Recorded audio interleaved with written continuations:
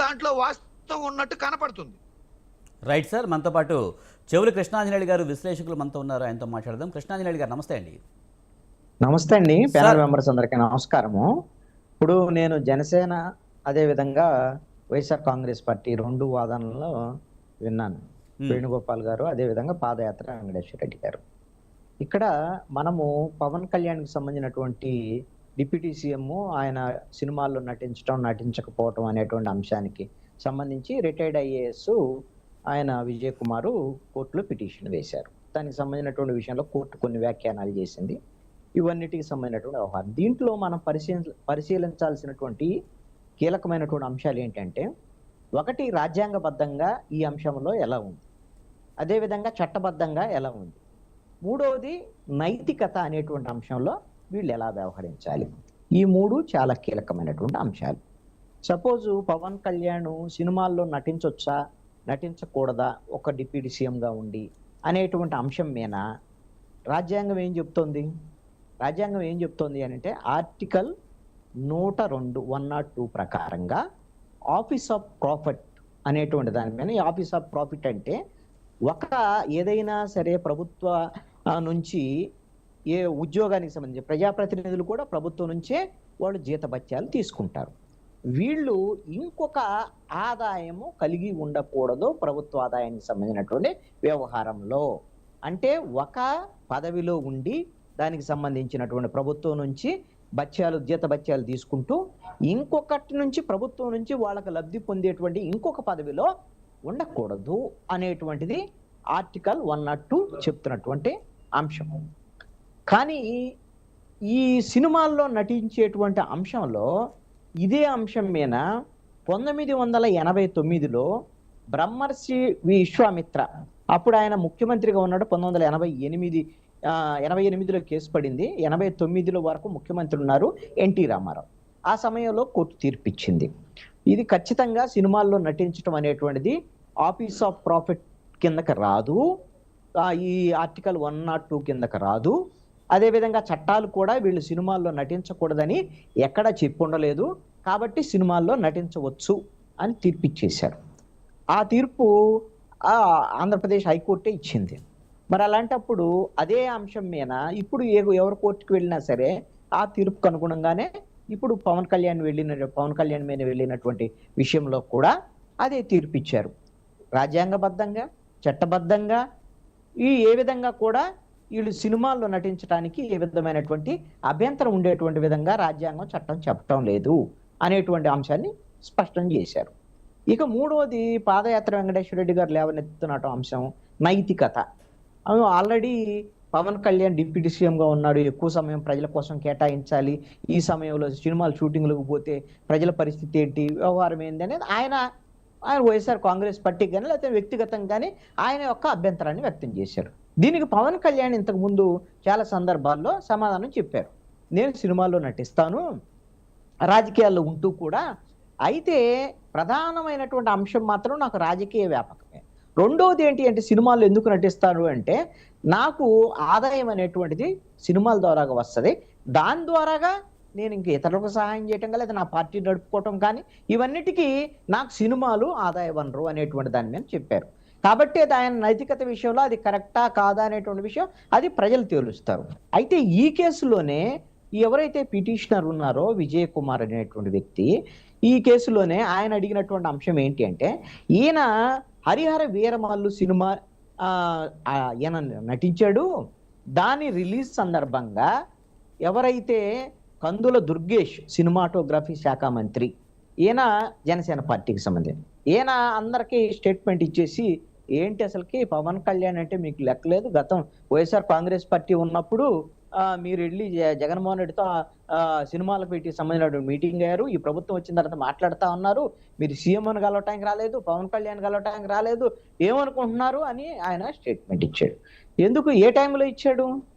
అది హరిహర వీరమల్లు సినిమా రిలీజ్కు ముందు ఇచ్చారు.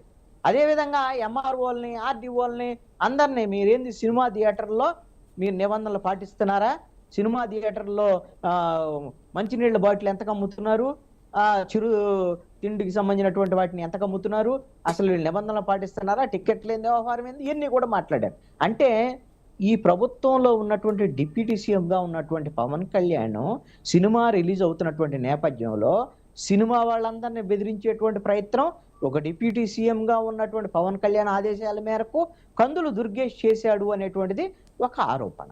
అది సినిమా థియేటర్లోని దానికి సంబంధించినటువంటి నిర్వాహకుల్ని, థియేటర్ నిర్వాహకుల్ని వీళ్ళందరినీ బెదిరించేటువంటి ప్రయత్నం. ఇది పవన్ కళ్యాణ్కి ఈ విధమైనటువంటి అధికారాన్ని ప్రజలు ఇచ్చి ఉండలేదు.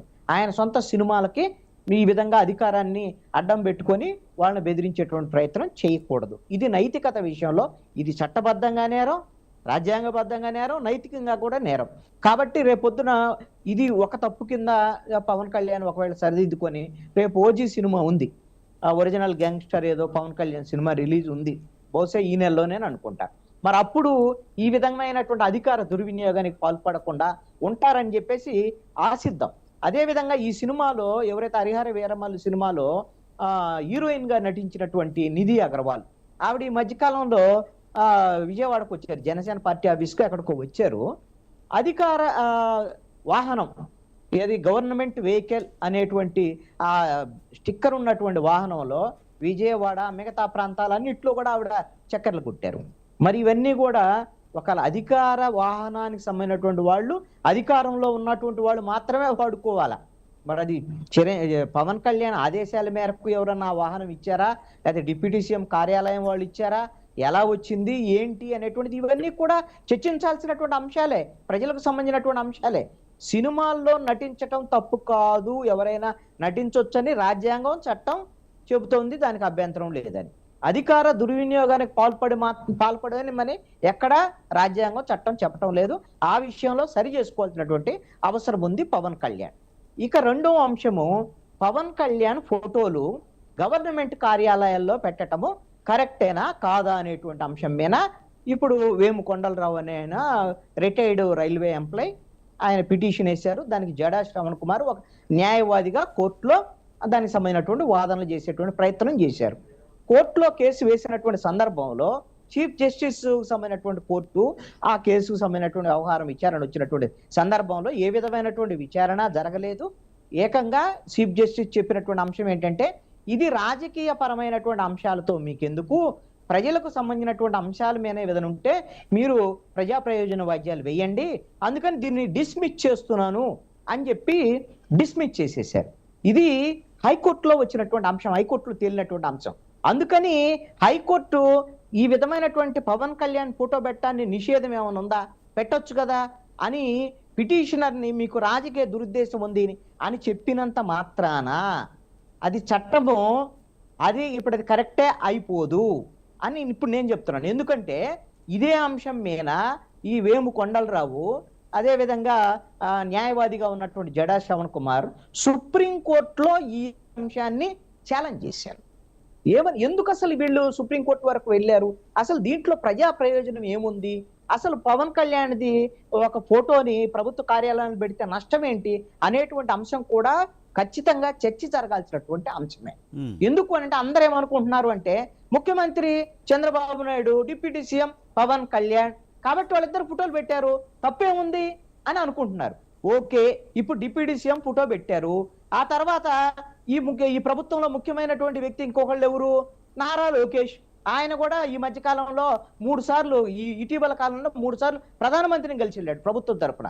అంటే ఆయన ముఖ్యమంత్రి చేయాల్సిన పనులన్నీ నారా లోకేష్ చేస్తున్నాడు. కాబట్టి ఈయన ప్రాధాన్యత ఎక్కువ ఉంది అనే దాని మీద ఇంకొక ప్రభుత్వ అధికారి అత్యుత్సాహంతో నారా లోకేష్ ఫోటో కూడా పెట్టచ్చు, ఇంకొక మినిస్టర్ సంబంధించినటువంటి ఫోటో పెట్టచ్చు. అయితే ఈ పిటిషన్లో వేము కొండలరావు అనేటువంటి ఆయన పిటిషనరు కోర్టును కోరింది ఏమిటి అని అంటే, అసలు ఎవరు ఫోటోలు ఉండాలి నియమ నిబంధనల ప్రకారంగా, ఎవరు ఫోటోలు పెట్టడానికి ఏమైనా నియమ నిబంధనల్ని ఈ ప్రభుత్వము తయారు చేసిందా, ఒకవేళ తయారు చేసి అందుకు అనుగుణంగా ఆ నియమ నిబంధనలకు అనుగుణంగా మీరు ఫోటోలు పెట్టండి అని అడిగారు. ఇది అడిగింది. ఈ నియమ నిబంధనల విషయంలో ఆంధ్రప్రదేశ్ ప్రభుత్వము ఏ విధమైనటువంటి నియమ నిబంధనల్ని ఎవరు ఫోటో ఉండాలి ఏంటి అనేటువంటిది ఏమి తయారు చేయలేదు. ఒక ముఖ్యమంత్రి కంపల్సరిగా ఆయన ఫోటోని కంపల్సరిగా ప్రభుత్వ కార్యాలయంలో పెడతారు. ఆ తర్వాత డిప్యూటీ సీఎం అనేటువంటి పోస్టు రాజ్యాంగబద్ధంగా డిప్యూటీ సీఎం అనే పోస్టు లేదు. మంత్రుల్లో ఒక మంత్రి మాత్రమే డిప్యూటీ సీఎం కూడా. ఇంతకుముందు 5 డిప్యూటీ సీఎంలు ఉన్నారు వైఎస్ఆర్ కాంగ్రెస్ పార్టీ ఉన్నప్పుడు, వాళ్ళు కూడా మంత్రుల్లో భాగమే. ఇందుకు ఒక ఉదాహరణ ఈ హైకోర్టులో వేసినటువంటి కేసులోనే ఏదైతే గతంలో తమిళనాడు కోర్టు ఇచ్చినటువంటి తీర్పుని జడా శ్రవణ్ కుమార్ ఈ విధమైనటువంటి పిటిషన్ సందర్భంగా హైకోర్టుకి సమర్పించినటువంటి పిటిషన్ లో ఉంది. అది ఏంటి? తమిళనాడు కోర్టు ఇచ్చినటువంటి తీర్పు ఏమిటయ్యా అంటే, స్టాలిన్ ముఖ్యమంత్రి అయిన తర్వాత తమిళనాడులో కరుణానిధి మాజీ ముఖ్యమంత్రి, ఆయన సుదీర్ఘకాలం తమిళనాడుకి ముఖ్యమంత్రిగా పనిచేశాడు కరుణానిధి. ఆ కరుణానిధి స్టాలిన్ యొక్క తండ్రి కాబట్టి ఏం చేశారు, స్టాలిన్ ముఖ్యమంత్రిగా ఉన్నటువంటి ఫోటో ఒకవైపు, కరుణానిధి ఫోటో ఇంకొక వైపు, ఈ విధంగా ప్రభుత్వ కార్యాలయాలన్నింటిలో పెట్టారు. పెడితే ఒక ప్రజా ప్రయోజన వాద్యం కోర్టులో వేసినటువంటి నేపథ్యంలో కోర్టు ఏం చెప్పిందంటే, రాజ్యాంగబద్ధ పదవిలో ఉన్నటువంటి ఎవరైతే ముఖ్యమంత్రి ఉన్నారో ఆ ముఖ్యమంత్రి ఫోటో మాత్రమే మీరు ప్రభుత్వ కార్యాలయంలో పెట్టాలి. అంతే తప్ప రాజ్యాంగబద్ధమైన పదవుల్లో లేనటువంటి మీ ఇష్టం వచ్చిన వాళ్ళు అందరూ ఫోటోలు పెట్టడానికి ఇవి నిబంధనలు ఒప్పుకోవు.